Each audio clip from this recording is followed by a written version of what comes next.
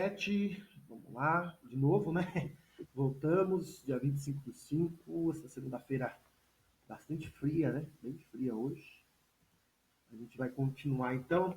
A gente vai falar da unidade 7, a Grécia Antiga, Cultura e Influência. E aí eu queria deixar isso aqui para vocês, né? Eu acho que a gente começar a fazer aqui esse videozinho das grandes civilizações para que vocês possam estudar, tá? Esses vídeos ajudam muito na hora que você precisa voltar a estudar aí. Vamos abrir aqui. Espero que abra. Abriu. Então vamos ver um pedaço dele aí.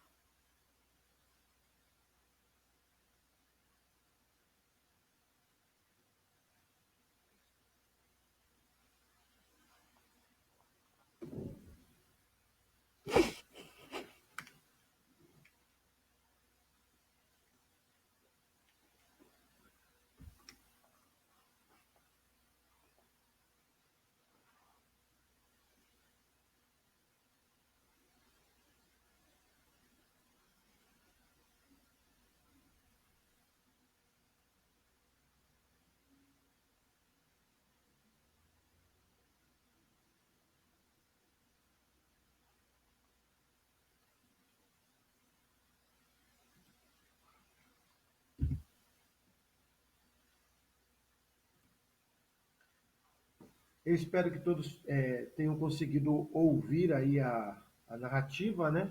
Essa parte, que era para fazer a introdução da nossa aula e falar então sobre as questões da cultura. Então, nós tivemos então o caso do Homero, que é muito importante, é um poeta, e toda a história hoje, né? Acho que tem um microfone aberto aí, gente. Toda a história aí, hoje, que se passa no mundo ocidental, ela é parte integrante do Homero.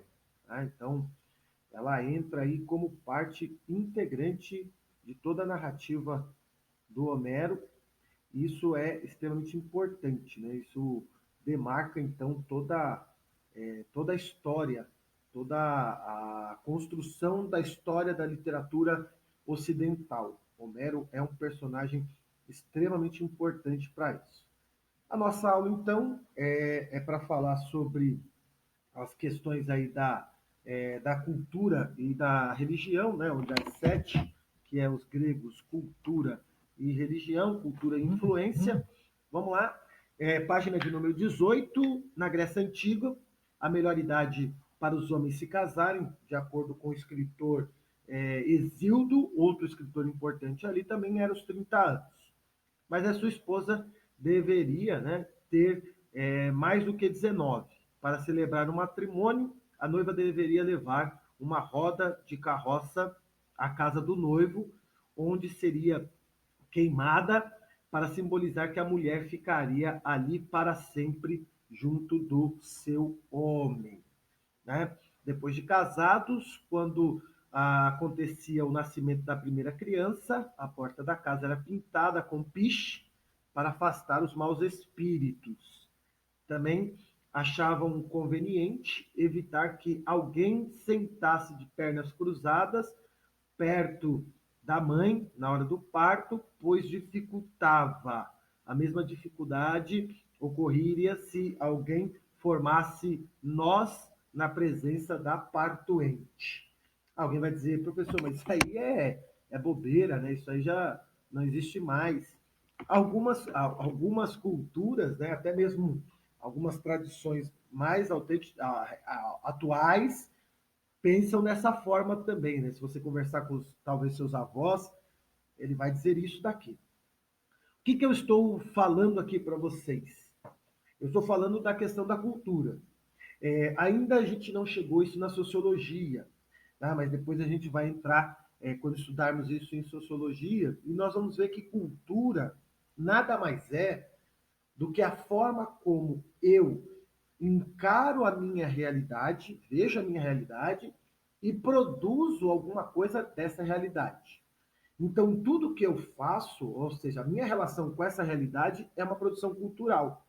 Então, os mitos que eu tenho, os medos que eu tenho, as manias que eu tenho, ela é uma produção cultural, logicamente, da sociedade aonde eu estou inserido.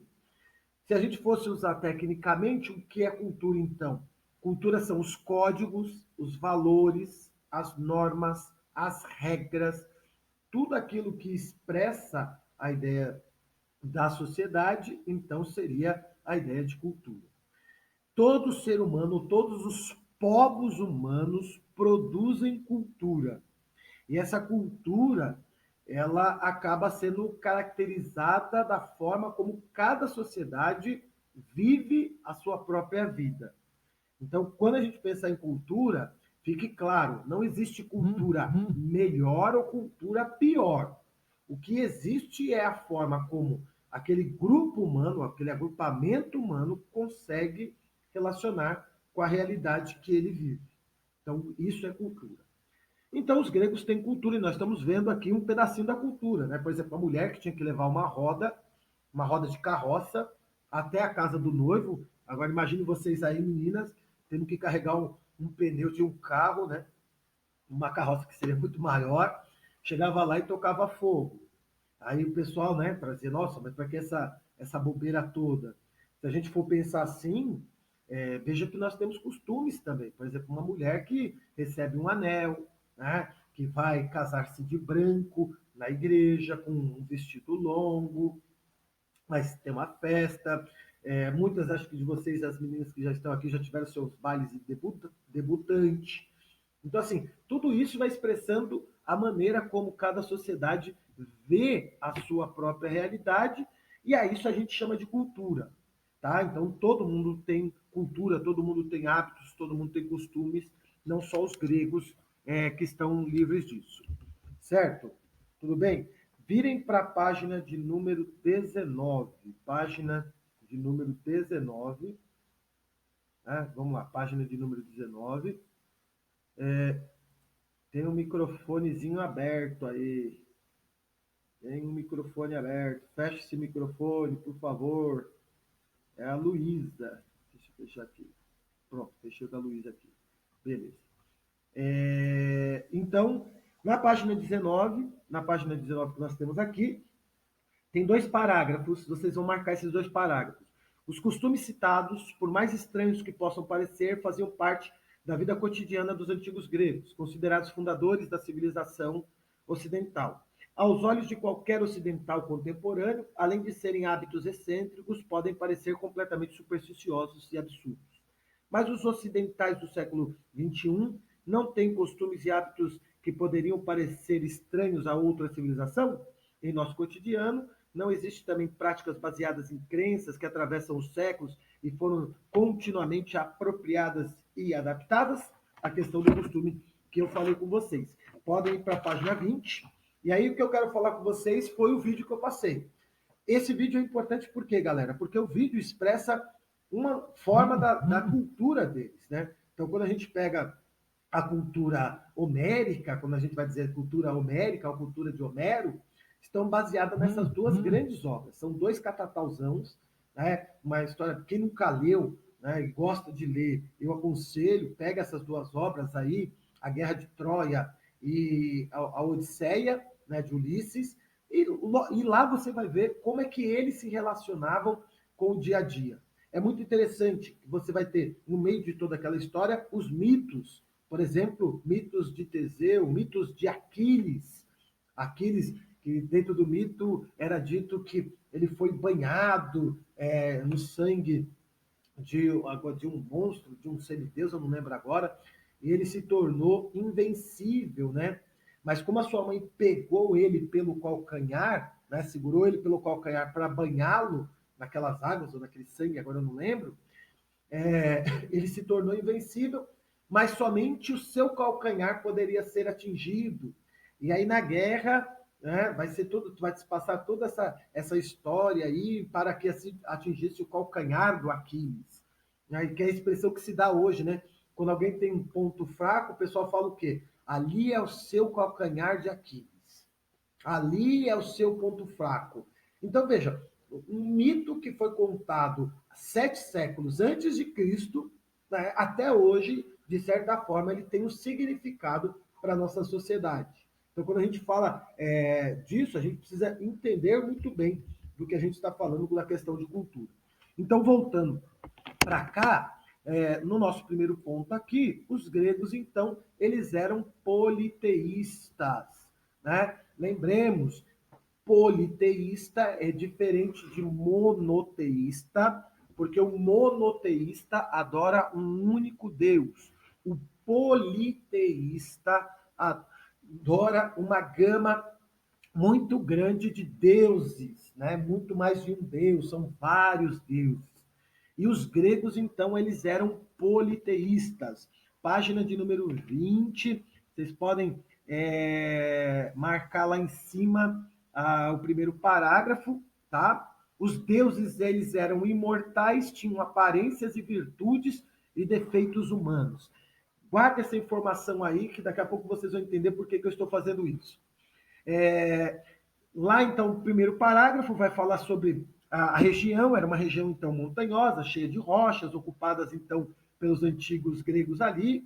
A atividade agrícola era fortemente prejudicada, as únicas coisas que eles conseguiam cultivar ali eram oliveiras, que vem da oliva, ou seja, azeitona, e eles cultivavam as videiras. Videira, vide, uva. Então eles tinham suco de uva ali, né? Ou vinho, como era colocado também. Por ser uma região montanhosa e por ser uma região que acabava tendo algumas erupções vulcânicas e tudo mais, aquele solo, apesar de todo recortado, para esses produtos era muito importante. Então, toda a base da economia, toda a base da gastronomia e da cultura grega vai passar literalmente por esses dois elementos, o vinho e o azeite. Tá? Vai ser muito importante. Até hoje, se a gente pegar a história dos gregos, até hoje, lá na região da Grécia, o vinho e o azeite são muito importantes, né? São remédios para o corpo, né? Eles são antioxidantes, eles ajudam aí. Lá na Grécia é comum os gregos, ao processarem aqueles vinhos naturais mesmo, né, ou mesmo, até mesmo o azeite, eles tomam uma colherada de azeite. Né? Deve ser muito ruim tomar uma colherada de azeite. Eu, particularmente, nunca consegui. Mas eles fazem isso e dizem lá que fazem muito bem. Essa gastronomia grega tinha por base, então, o quê? Vários peixes, né? Frutos do mar, como lagostas, mariscos, lulas, polvos, caranguejos, que eram repartidos nas mesas aí. Aí alguém pode pensar, professor, mas isso tudo eles faziam, né? Tudo isso aí eles comiam, todos os gregos tinham esse mesmo hábito alimentar, apesar de eles comerem peixes, esses mariscos, logicamente que uma mesa muito mais farta era uma mesa da população muito mais rica. Né? Era uma mesa feita pela população que tinha mais condições financeiras. Então, quando vocês veem tudo isso daí, né, que eles tinham agrião, beterraba, cebola, couve, alcachofra, diversas ervas, figos, azeitonas, maçãs, uvas, né, peras, cerejas e outras coisas mais, a gente vai dizer, do cardápio grego. Não de todos os gregos, logicamente, porém, de uma quantidade de gregos limitadas. Mas se tinham também. Os gregos mais pobres também podiam cultivar ou comer algum tipo de fruto, né? Algum tipo de carne, de proteína, principalmente proteína de peixes, né, de animais marítimos, apesar de eles terem também alguns bovinos, ovinos também, mas não era muito comum, essa carne até era mais cara, né, era até muito mais cara do que peixe, uma inversão que a gente tem um pouquinho hoje. As refeições eram extremamente importantes, e tudo isso estava ligado com a questão da religiosidade, né, porque os deuses faziam grandes festas, né, Zeus, que era a grande autoridade divina, lá no Olimpo, ele fazia festas muito grandes. Para vocês verem, tinha um deus diretamente do vinho, que era o deus Baco ou Dionísio, como é que era o nome também dado a ele. Né? Dionísio era o deus do vinho, era o deus das festas. Então as refeições eram importantes. E os gregos nos deram as 3 refeições. Né? Nós herdamos dos gregos o costume de ter as 3 refeições, o desejum, ao amanhecer, né, o que a gente chama de café da manhã, a refeição principal na metade do dia, né, e que a gente hoje chama de almoço, e uma ceia à noite. Tá? Essa ceia noturna, aos poucos, ela foi se transformando num verdadeiro banquete, aonde só os homens participavam. E aí depois, de novo, lembre que eu disse para vocês, a mulher, principalmente em Atenas, elas não eram muito consideradas. Na cidade de Atenas, como em outras cidades também. Tirando Esparta, que tinha um pouco de diferença que a gente já viu, na grande maioria das cidades, as mulheres eram vistas como pessoas inferiores, né? Estavam abaixo mesmo da própria sociedade. Via de regra, então, crianças, mulheres, estrangeiros não tinham direito de participar dessas grandes comemorações gastronômicas que ganhavam o nome de Deipnon, né? O Deipnon, que é o 4º parágrafo. Vocês marcaram o primeiro, marquem o 4º parágrafo aí. Os Deipnons, então, eles eram servidos em um espaço da casa, né, denominado de triclínio, uma sala normalmente com 3 divãs, ou seja, 3 bancos, 3 cadeiras, 3 sofás, onde o pessoal deitava ali, né, muito semelhante hoje ao que tem na sala dos psicólogos, né, faz aquela caricatura do psicólogo sempre no divã, né, mas a ideia seria esses sofás grandões, aonde os homens todos eles deitavam, os homens ficavam ali comendo, dispostos ali como uma ferradura, né, um olhando para o outro ao redor da mesa, e ali era com muita comida, era com muito vinho, né? O Deipnon então se consistia basicamente nessa oferta muito variada aí de muitos alimentos, frutos do mar e muito vinho. Um ponto importante a gente colocar aqui é que os vinhos eles não eram puros, né? Para o grego, o vinho puro era para homens bestiais, eles chamavam de bárbaros, né? Quase animais. Eles misturavam o vinho com água para diluí-lo e ficar mais fraco, né? Na medida que embebedava e uma série de outras coisas aí também. Era importante, então, essa postura deles. No último parágrafo da página 20, vocês também podem marcar, no meio do Dapnon, você tinha o chamado simpósio, né? Que era o momento alto dessa reunião entre eles, quando alguém se levantava, entre os homens que estavam ali reunidos, alguém se levantava e começava a fazer uma apresentação musical ou teatral ou poética, ou mesmo começava a falar de política e filosofia. Então era um momento que eles se congressavam e começavam a fazer as grandes discussões, né, nessa camada da festa. Logicamente que era um momento que as pessoas já estavam mais libertadas das suas éticas e morais, muito porque já tinham tomado vinho, então era um momento que ela estava já meia alta, então aquilo que inibia ela com o vinho já não inibiria mais. Então ela cantava, ela recitava poesia, ela falava sobre política, falava sobre filosofia, né? Isso era importante para o convívio deles. Né? Então, havia uma necessidade das pessoas se oferecerem esses banquetes. Então, uma hora era na casa de um, outra hora era na casa do outro. Isso agregava entre eles, logicamente que a gente está falando entre os mais ricos, logicamente, uma certa proximidade cultural e união. Tá? Podem virar a página de número 21, o parágrafo de número 2, pode marcar, e aí que a gente vai falar, então, das religiões.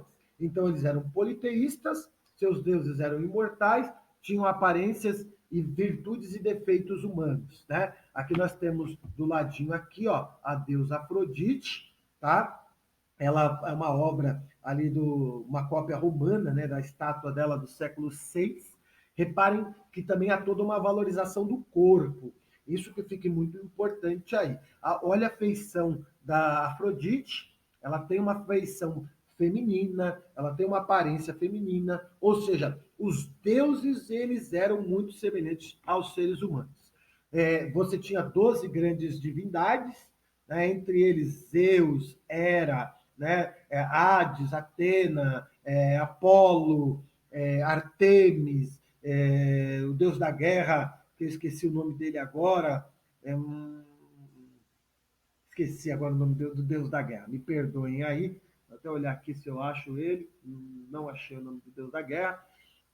Ares, pronto, lembrei, o deus Ares, né, Poseidon e outros mais aí, você tem, então, tem 12 grandes deuses. Desses 12 grandes deuses aí, nós temos 3 que são irmãos, ia falar do Kratos. O Kratos ele acaba estando na mitologia, né? O próprio Kratos e outros deuses, por exemplo, o pai dos Zeus era chamado de Cronos, né? Um titã, era um grande titã. Só tomo colher de azeite quando estou passando mal. São manias que o pessoal coloca, né, Otávio? Vamos reproduzindo aí. Mas isso até a Isadora falou aqui, o Hades. Então, assim, no caso que nós temos aqui, isso fica muito claro, o Cronos, então, era o grande titã, era o que devorava todos os filhos, e segundo a mitologia aí, a mãe dos Zeus, que depois vai se tornar a mulher dele, vai salvar, vai esconder os Zeus, né? Vai esconder os Zeus, Zeus vai pegar uma espada, vai rasgar a barriga do Cronos e vai salvar todos os seus irmãos ali. Mas essa é a formação dentro deles ali. O que é importante para nós, galera, é que esses deuses aqui, eles tinham aparências, virtudes e defeitos. Então havia uma antropomorfização divina. Né? Os deuses eram muito semelhantes aos homens. Né? Eles sentiam, então, amor, eles sentiam raiva, ciúme, ódio. E aí, dentro disso, na mitologia grega, nasce os semideuses. Quem eram os semideuses? Eram pessoas ou criaturas das relações dos deuses com os seres humanos. Então, o próprio Kratos, aí que o Otávio colocou, era um semideus, né? Pensemos aqui, o Minotauro era um semideus. Os mais populares, né? Teseu, Hércules, semideuses. Então, assim, era uma volta deles se misturando. Por que é importante falar isso? Porque a religião era uma questão cívica, ou seja, não existia pessoas que não acreditavam em deuses. Todas as pessoas elas tinham as suas divindades e as divindades elas eram muito importantes. É, e era obrigatório participar das festas nas cidades. Né? Essas festas elas marcavam a prosperidade, a proteção, o desenvolvimento da cidade. Então todo mundo era obrigado a participar dessas festas. Ai daquele que não participasse, né? Por ser uma festa cívica, era até obrigatório, e se não participasse, e vamos supor que acontecesse algum problema na cidade, essa pessoa poderia ser até culpada, muitos casos expulsos da cidade. Então, cada polis tinha o seu deus, cada polis tinha os seus ritos, cada polis tinha as suas festas importantes, apesar dos 12 deuses ali maiores estarem na composição de todos os outros. Mas, por exemplo, Atenas era a cidade que vai dar o nome da própria deusa Atenas, né? Ou Ártemis, né? Que vai ser a deusa da inteligência e tudo mais. Você vai ter, por exemplo, Esparta. Quem vai ser o deus de Esparta? Ares, deus da guerra. Qual era a habilidade dos espartanos? A guerra. Né? Da Grécia, porque Atenas era a deusa da sabedoria, onde estavam os grandes filósofos da época, estavam em Atenas. Então, assim, vejam como as ideias, a cultura, a religião, elas estão perpassando uma pela outra, e você não tem muito como fugir daqui também. Virem para a página de número 22, tá? Página de número 22. Alguém quer perguntar alguma coisa? Tudo bem até aqui? Página 22, vamos lá. Falando então, um dos principais festejos deles eram as Olimpíadas, tá? As Olimpíadas, que esse ano nós teríamos Olimpíadas em Tóquio, mas por causa do Covid foi cancelado para o ano que vem e parece que eles vão cancelar as Olimpíadas deste ano, né? Não haveria nem Olimpíadas mais, nem no ano que vem. Aí só esperaria a próxima, aí faria toda uma discussão, que muito provavelmente Tóquio seria, nós estamos em 2020, 2024, que seria na França, né, em Paris. A próxima sede das Olimpíadas será em 2024, Paris. Aí muito provavelmente jogaria Tóquio para 2024 e Paris para frente, mudaria o calendário, que é um caso importante, né? As Olimpíadas modernas ocorrem há mais de 100 anos, e tirando eventos de guerra, como a Primeira e a Segunda Guerra Mundial, em todos os outros anos sempre houve Olimpíadas. Né? Então seria o primeiro momento em quase mais 100 anos aí, tirando questões de guerra, que não haveríamos ter as Olimpíadas. As Olimpíadas, elas nascem também entre os festejos, por isso que eu falei dos festejos de casa, os festejos cívicos e agora os festejos maiores entre cidades. Né? Então, falamos do Deapnon, né? Dos Deipnons, dos simpósios, falamos das festas cívicas nas cidades, E agora nós estamos falando de festas nacionais, se a gente pode colocar assim, né? As festas que vão englobar todos os gregos. E aí nós temos as Olimpíadas. Pode falar. Quem abriu o microfone para falar, pode falar. Não vai perguntar? É, essa cidade, as Olimpíadas nasce na cidade de Olímpia, na Grécia, por isso o nome Olimpíadas, tá? Entre eles aí era um caráter especial, porque era a homenagem ao deus Zeus, ou seja, era a maior homenagem que eles tinham ao seu principal, à sua principal divindade, né? Zeus, lembrem que é também chamado o pai dos deuses, né? O pai de todos os deuses, onde você tinha sacrifícios que eram feitos tanto no início quanto no término dos festivais. Então, animais que eram mortos, sacrificados, né? Danças e tudo mais eram se feitas. Toda aquela entrada que você vê das Olimpíadas com as bandeiras, aquilo ali era feito como a abertura e encerramento, toda uma festa para Zeus, né? Então era todo celebrado os Zeus ali. Importante se dizer que eles reuniam os principais atletas das cidades, né? Cidades-estados aqui, então Olímpia, Corinto, Éfeso, Atenas, Esparta, e assim vai as várias cidades que ali tem. Era proibido a participação de mulheres, até mesmo as mulheres gregas, dependendo da cidade, muitas eram até proibidas de irem assistir às Olimpíadas, não podiam, mas geralmente só participava homens, né? Os homens participavam. Então, escravizados, estrangeiros e mulheres não tinham esse privilégio de participar das Olimpíadas e se destacava assim, então, um verdadeiro sentido aí da divindade, né? Essa relação com a divindade. Não se tinha prêmios, não se tinha prêmios em dinheiro assim, né? Um valor, uma soma financeira, mas assim, o vencer uma modalidade, vencer um desafio, era muito bom para o vencedor. Ele ganhava uma coroa de flores de louros, né? Aquela coroa de lado que a gente conhece, e ele ganhava um status na cidade, né, como o melhor atleta, né, o melhor cidadão mais preparado. Era um ponto importante, era um ponto alto para ele.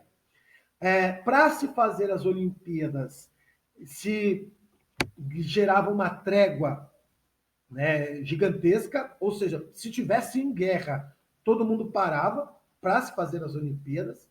Ao se apertar as mãos, que era um ato entre eles ali, muito característico, que era o ato chamado de Ekexeria, né, o Ekxeria, que era a ideia literalmente da paz, consistia numa trégua sagrada. Né? Então, dentro das Olimpíadas, feito a Ixeria, não se poderia ter guerras nenhuma. Então, geralmente as armas eram deixadas na entrada da cidade. Né? Alguém guardaria todas as espadas, lanças, arcos, porque era um momento de jogos, era um momento sagrado, era um momento onde você estava fazendo a devoção às divindades. Tá? Então, para que os atletas pudessem então se locomover com maior segurança. Na trégua sagrada, todo tipo de hostilidade entre as cidades cessavam, né? As armas tudo eram proibidas nas províncias onde se realizavam e não eram permitidas execuções. Havia todo um dado aí, né, para as Olimpíadas.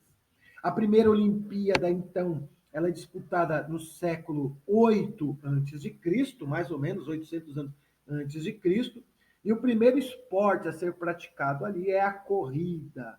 Muito interessante porque hoje nós temos toda uma roupa preparatória, né? Você tem uma bermuda que ela se pega ao corpo, né? Você tem uma blusa também, que elas até fazem com que o vento não crie barreira para o corredor, por exemplo, 100 metros, né? O Usain Bolt, né?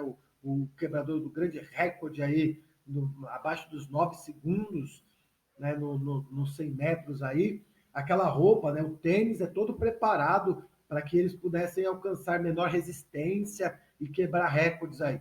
Nesse período, logicamente, não existiam essas roupas e os esportes eram praticados nus, literalmente nu, porque não dava para você correr com um vestido, né? Imagine você correr com aquela túnica, não tinha como, então os esportes eram praticados basicamente nus também. Depois outras modalidades foram sendo instituídas também, né? Que aí chega, por exemplo, entre o século VII, século VI, o famoso pentátlon, né? O conjunto de 5 exercícios aí, que é a corrida, o arremesso de disco, o salto, o lançamento de dardo e a luta. Quem vencesse aí o pentátlon, ele era considerado até mesmo em alguns sentidos um semideus, né? Porque venceu todos os outros participantes. Isso era muito importante neste momento aí. Podem marcar os 2 últimos parágrafos da 22, galera, que eram as primeiras Olimpíadas e os atletas vencedores eram congratulados com coroas de louro, oliveiras e outras ervas. Fora isso, não havia qualquer outro prêmio, como eu já disse para vocês, o que importava era o atleta participar. Mas veja muito claro isso, né? Esteja muito claro aí para vocês também que essa participação ela era muito importante, né? Não era qualquer coisa que ele não era só não ter o prêmio, mas todo o prestígio que o atleta ganhava por ter ganhado então o pódio mais alto ali nas Olimpíadas. Até hoje, né? O nome ficaria para a história e tudo mais. Beleza, gente? Perguntas? Perguntas? Nós temos acho que 6 minutos para terminar essa aula. Não tem perguntas? Não? Tá tudo certo aqui? Posso prosseguir, galerinha do bem? Todos aí comigo? Sim? Alô, alô? Sai desse sofá, sai dessa cama, sai desse cobertor quentinho, vem pro frio aqui, vem pro frio junto com o professor. Beleza, então. Então vamos seguindo mais um pouco dentro aqui, página de número 24, né? Na página 24, nós temos então outras produções ali, né? As influências gregas. O jornalista e professor Adalto Novas, preocupado com o esquecimento da política, alertou sobre o fato de que o passado foi destruído pela ciência e pela técnica na ordem da vida material. Ele assegura que não se pode esquecer das dimensões humanas e políticas do passado, pois as convenções fundamentais da sociedade não podem viver sem a tradição e sem o passado. O jornalista então convida ainda a refletir sobre o que aconteceria se simplesmente fosse esquecido tudo que foi escrito, as filosofias, as tragédias, as pinturas e os clássicos. Aqui entra então o papel novamente da história como o agente, né, primeiro, o agente último, o agente fiscalizador de tudo isso daqui, para se manter viva toda essa história aí também. Seguindo então, falando sobre a influência grega, na página de número 24, nós temos então em Atenas o século de número 5, né, 500 anos antes de Cristo, uma produção que vai atingir o seu grande esplendor. Nós já temos a obra de Homero, né, a obra de Homero é anterior a isso, mas Homero dá o pontapé principal e a famosa era de ouro ou era de Péricles, né?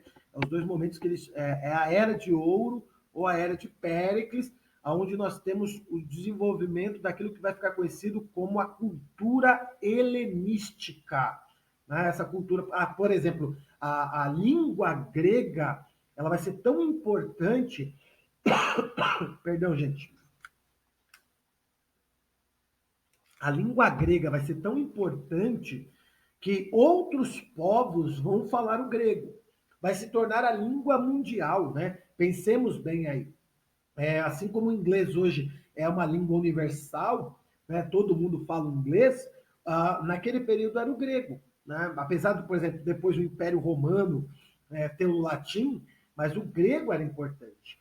Vocês aí que têm uma Bíblia em casa, a Bíblia de vocês, o chamado Novo Testamento da Bíblia de vocês, ele vai ser escrito em grego, nem em aramaico, por exemplo, que era a língua geralmente falada pelos judeus, mas os evangelhos, Marcos, Mateus, Marcos, Lucas e João, vão ser escritos em grego. Logicamente não o grego atual, né? O grego koiné, um grego mais antigo, que já não é se falado hoje mais. Mas é muito claro isso. Então é essa era de ouro que vai marcando toda a cultura que eles têm ali.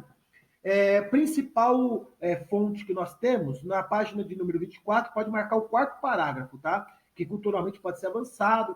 Nós temos a filosofia, coisa que vocês já estão aprendendo com o professor Fernando, né? Ele tem falado de toda a filosofia pré-socrática, socrática, pós-socrática, né? Ele vai falar pré-socrática, Tales de Mileto, ele vai falar de Demócrito, Péricles, Heráclito e uma série de outros personagens. Sócrates, depois nós temos Platão, depois nós temos Aristóteles, depois disso tem toda outra escola. Então, assim, a filosofia era uma questão importante, depois a gente fala um pouquinho mais sobre ela, a arquitetura, mas sem dúvida nenhuma, que todo mundo lembra dos gregos é isso aqui, né? Todo mundo lembra, por exemplo, as duas máscaras, né? Quem não lembra das duas máscaras? Uma chorando, né? Que é o símbolo do teatro hoje, né? E a outra aqui sorrindo, né? O teatro, que é as duas máscaras falam isso aqui, a tragédia, né? Por isso o choro, e a comédia, por isso aqui a alegria, né? A tragédia ela tratava do destino inevitável de todo ser humano. Então, havia algo que eles diziam que estava escrito e você não poderia fugir disso que estava escrito. Então, é a grande tragédia, né, colocada ali. Por exemplo, a ideia de Narciso, quem conheceu Narciso, que vai dizer do homem que um oráculo aparece e diz assim: olha, vocês não podem deixá-lo ver a sua imagem, porque ele vai ser belo. O dia que ele ver a imagem dele, ele vai morrer, né? Então a mãe dele quebrou todos os espelhos, guardou todas as coisas. Todo mundo se apaixonava por Narciso, de tão belo que ele é. E um dia ele foi para o rio, e no rio ele viu a sua imagem, se apaixonou pela sua imagem e pulou dentro do rio, apaixonado pela sua própria imagem, e morreu afogado. Então a mãe não conseguiu, por mais que a mãe tentou, né, a mãe não conseguiu salvá-lo dessa tragédia que já tinha sido predita. Né? E a comédia era a vida cotidiana, né? Eles riam dos políticos, eles ironizavam toda a questão da cidade, dos ricos e poderosos. Também no teatro só participava homens, não participavam as mulheres, era até proibido as mulheres participarem, e era um papel muito importante. E as máscaras, elas literalmente simbolizavam a transformação daquela outra pessoa. Então, por exemplo, a pessoa que representava um deus ali, o ator, não era o ator mais, né? Era a própria divindade encarnada dentro do ator. Principais autores, nós temos Ésquilo, Sófocles, Eurípides e Aristofanes. Nomes muito bonitos para vocês colocarem nos filhos de vocês, né? Pensem aí, né? Chamando aí os filhos de vocês, brincadeiras à parte, mas eram os principais autores que vão escrever essas tragédias e essas comédias. Página de número 25, vocês podem passar para lá também, a página de número 25, por gentileza.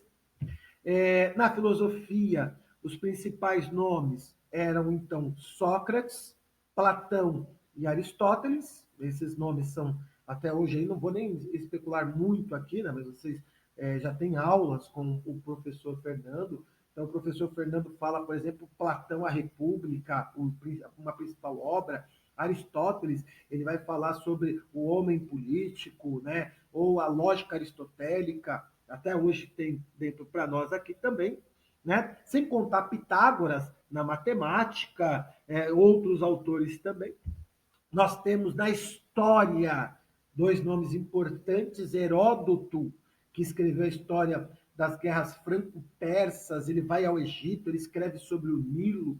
Nós temos Tucídides, também que escreve a guerra do Peloponeso, que eu falei na aula anterior para vocês. Então, a cultura que se tem, uma cultura da estética, da matemática, da arte, né? Nós temos as artes plásticas aqui, esculturas, destaque para Fídias, né? Construtor de estátuas e monumentos, era como se fosse um arquiteto. Né? O cara que vai construir, por exemplo, aquela estátua da própria deusa Afrodite. Então, todo o destaque humano, o detalhamento, né? Todo o detalhamento importante aqui também. A arquitetura Na era de Péricles, nós temos então o Péricles aqui, né, com a homenagem a Palas Atenas, pinturas em vasos, taças e cerâmicas com temas, e aqui uma principal imagem, a Acrópole de Atenas. Né. Foi aberta por semana passada, abriram para os visitantes, né, porque é o principal cartão postal. Então, aqui essa Acrópole, né, aqui era onde se discutia política, né, o templo da deusa Atenas, o pessoal ia fazer lá. Então, era tudo colocado nesse local aqui, que era a famosa Acrópole, a cidade central, né, a parte principal ali também. E aí, terminando, né, depois então da Guerra do Peloponeso, nós tivemos então Felipe II invadindo. Felipe então domina a região e unifica literalmente o império, se tornando o primeiro império grego. E o Alexandre, seu filho, vai assumir na sua morte, e é ele que vai se tornar um império conhecido quase que no mundo todo, né? Então, a fusão grega com a tradição das regiões conquistadas, ele vai, por exemplo, da África à Ásia, ele vai chegar na Índia, né? Então, ele vai chegar em locais que nunca antes um grego pensou chegar, e ele é o responsável, Alexandre o Grande, né? Ele é responsável, então, por espalhar o famoso helenismo por toda a região. Aqui está o mapa, tá? Então, do Império Grego, que vai surgir aqui, e a extensão do Império. Eles vão dominar, por exemplo, o Egito. Né? O farol de Alexandria, ou a cidade de Alexandria, é homenagem a Alexandre o Grande. Né? Mênfis também. E ele vai até, ó, que eu disse para vocês aqui, até a Índia. Né? Ele vai ocupar regiões que outrora ninguém mais chegou. Tá bom, meus queridos? Pergunto para vocês alguma dúvida? Alguma dúvida aí? Nós passamos, estouramos 5 minutinhos então da aula, a mais aí. Mas muito obrigado, galera. Tenham um excelente final de semana, uma excelente semana, né? Não final de semana. A semana começa hoje, apesar que hoje é feriado, mas nós estamos aqui caminhando firme e forte. Um beijo a todos vocês. Alguma dúvida, eu vou mandar para vocês aí nos roteiros o que vocês devem fazer, tá bom? Beijão para todos, né? Fiquem com Deus, uma boa semana e um bom restante de aula para vocês, tá bom, gente? Tchau, tchau para todo mundo.